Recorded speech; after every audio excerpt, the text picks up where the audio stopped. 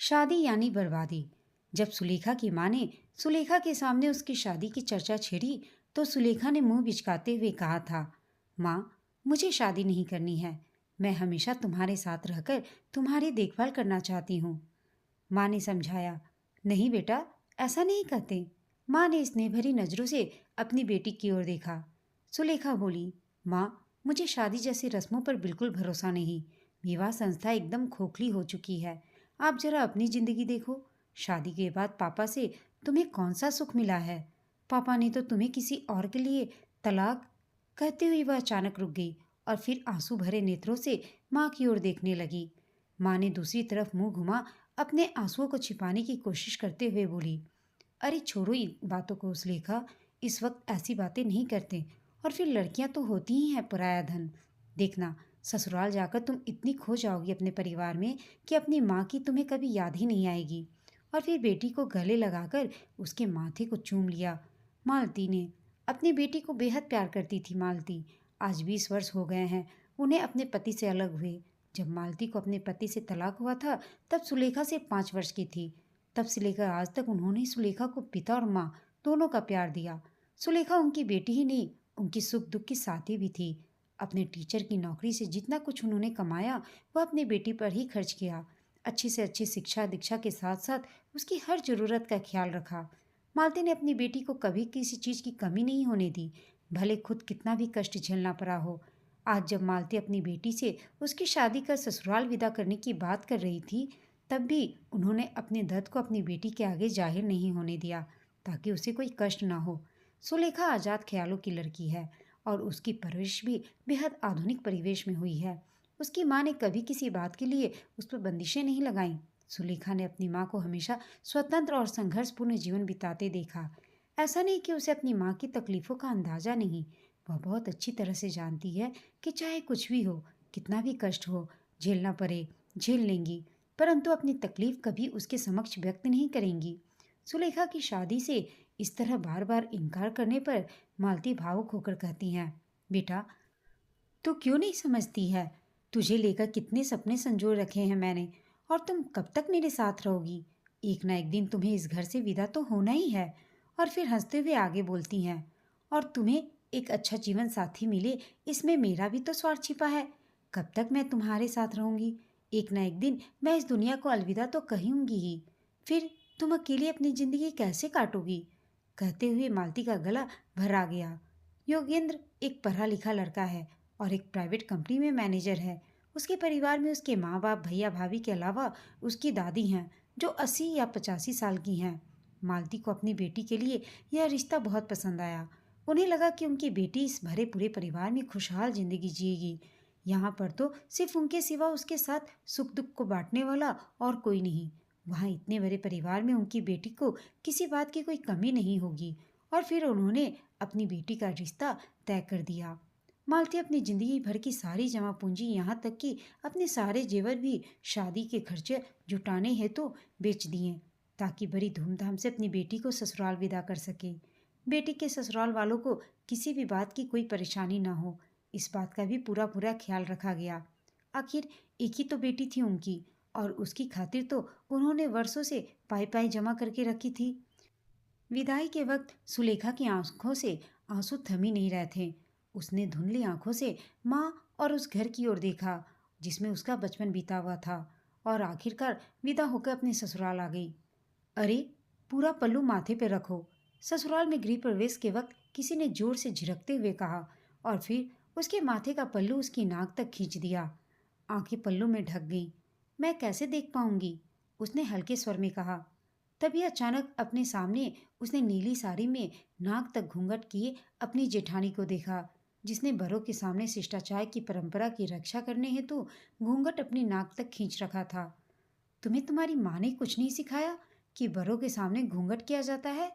यह उसकी सास की आवाज थी। आप मेरी माँ की परवरिश पर सवाल न उठाएं।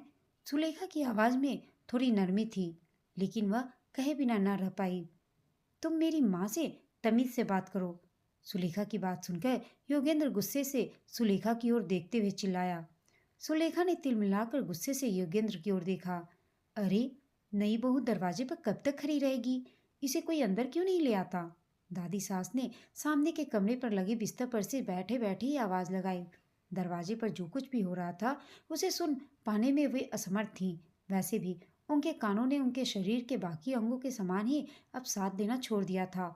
मौत तो कई बार आकर दरवाजे से लौट गई थी, क्योंकि उन्हें अपने छोटे पोते की शादी जो देखनी थी, अपनी उम्र तथा घर की उन्नति के लिए कई बार बड़े बड़े पंडितों को बुलाकर बड़े से बड़े कर्मकांड करवा चुकी हैं, ताकि मौत को टाला जा सके।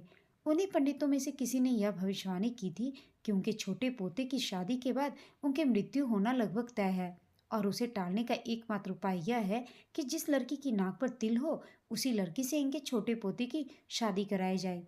अतः सुलेखा की नाक पर तिल का होना ही उसे उस घर की पुत्रवधू बनने का सर्टिफिकेट दादी जी द्वारा प्रदान कर दिया गया था। अब उन्हें बेचैनी इस बात की हो रही थी कि पंडित जी द्वारा बताए गए मुहूर्त के भीतर ही नई बहू का गृह प्रवेश हो जाना चाहिए, वरना कहीं कुछ अनिष्ट न हो जाए। मगर घूंघट पर छिड़े उस विवाद ने अब तूल पकड़ना शुरू कर दिया था। आप मुझसे ऐसे बातें कैसे कर सकते हैं? सुलेखा गुस्से से चिल्लाते हुए अपने पति को बोली। तुम्हें अपने पति से कैसे बात करनी चाहिए, क्या तुम्हारी माँ ने यह भी नहीं सिखाया? घूंघट के अंदर से ही सुलेखा की जेठानी ने आग में घी डालते हुए कहा। अरे, इसे तो अपने पति से भी बात करने की तमीज नहीं है। सुलेखा की सास ने भी गुस्से से कहा। आप मुझे तमीज मत सिखाइए। सुलेखा का स्वर भी ऊंचा हो गया। पहले आप अपने बेटे को एक औरत से बात करने का सलीका सिखाइए। सुलेखा योगेंद्र गुस्से से चीख पड़ा। चिल्लाइए मत। चिल्लाना मुझे भी आता है योगेंद्र। मेरी माँ मेरे लिए सब कुछ है। मैं उनका बहुत आदर करती हूँ। बहुत मुश्किलों से उन्होंने मेरी परवरिश की, और आपके सामने मेरा और मेरी माँ का अपमान हो रहा है सिर्फ इस वजह से कि मैंने लंबा घूंघट नहीं किया है। सुलेखा ने भी उसी अंदाज में चिल्लाते हुए कहा। तभी किसी की आवाज आई। इसमें तो संस्कार नाम की कोई चीज ही नहीं है, पति से जबान लड़ाती है। सास ने फटकार लगाते हुए कहा। आप लोगों के संस्कार क्या हैं? नई बहू से कोई इस तरह से बात करता है क्या? सुलेखा ने भी कहा। तुम अपनी सीमा लांघ रही हो, योगेंद्र चिल्लाया। और आप लोग भी मुझे मेरी हद न सिखाएं।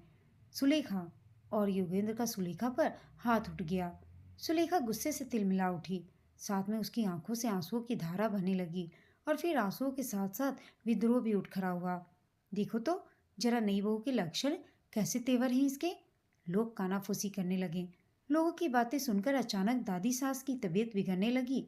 सुलेखा ने नजर उठाकर देखा तो सामने के कमरे में बिस्तर पर दादी सास लुढ़की हुई थी। उनका सिर एक तरफ को झुका हुआ था। यह दृश्य देखकर सुलेखा की सांसें जैसे क्षण भर के लिए रुक गईं। अरे हाय, यह कैसी बहू आ गई?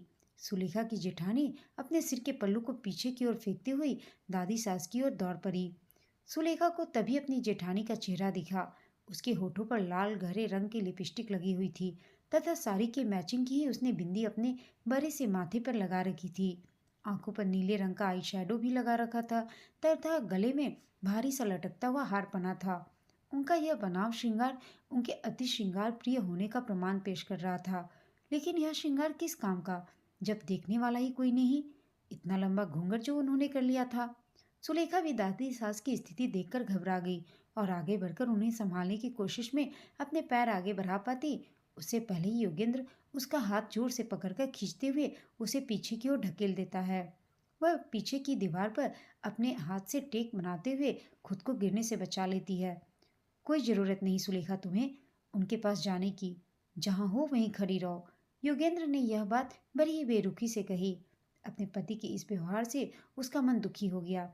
वह उसी तरह दीवार के सहारे खुद को टिकाए खड़ी रह गई। उसकी आंखों से आंसू बहने लगे। वह मन ही मन सोचने लगी कि जिस रिश्ते की शुरुआत इतने अपमान और दुख के साथ हो रही है, उस रिश्ते में अब आखिर बचा ही क्या है, जो आज नए जीवन की शुरुआत से पहले ही उसका इस कदर अपमान कर रहा है।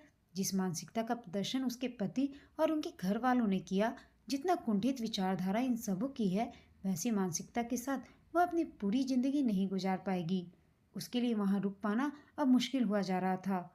और इस सबसे ज्यादा अगर कोई चीज उसे ज्यादा तकलीफ पहुंचा रही थी तो वह था अपने पति योगेंद्र का उसके प्रति व्यवहार। कहाँ तो वह मन में सुंदर सपने संजोए अपनी माँ के घर से विदा होकर आई थी।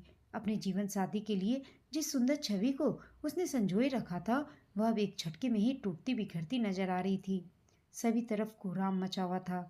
तभी कोई डॉक्टर को बुला लाया। आधे घंटे के निरीक्षण के बाद डॉक्टर ने कहा, चिंता की कोई बात नहीं, सभी कुछ ठीक ठाक है। मैंने दवा दे ली है, जल्दी इन्हें होश आ जाएगा। अरे, अब क्या वहीं खड़ी रहेगी महारानी? कोई उसे अंदर लेकर आओ। सास ने बड़ी ही क्रोध में आवाज लगाई। नहीं, मैं अब इस घर में पैर नहीं रखूंगी। सुलेखा ने दृढ़ता से कहा। क्या कहा? कैसी कुलक्षणी है यह? अब और कोई कसर रह गया है क्या? सास ने क्रोध से गरजते हुए कहा। अब ज्यादा नाटक मत करो, चलो अंदर चलो। योगेंद्र ने उसका हाथ जोर से खींचकर कहा। नहीं, मैं अब आपके घर में एक पल के लिए नहीं रुकूंगी। कह सुलेखा ने एक झटके में योगेंद्र के हाथ से अपना हाथ छुड़ा लिया। जिस व्यक्ति ने मेरे ऊपर हाथ उठाया, जिसके घर में मेरी इतनी बेइज्जती हुई, अब मैं वहां एक पल भी नहीं रुक सकती। कहते हुए सुलेखा दरवाजे से ही बाहर निकल गई और अपनी माँ के घर चल दी।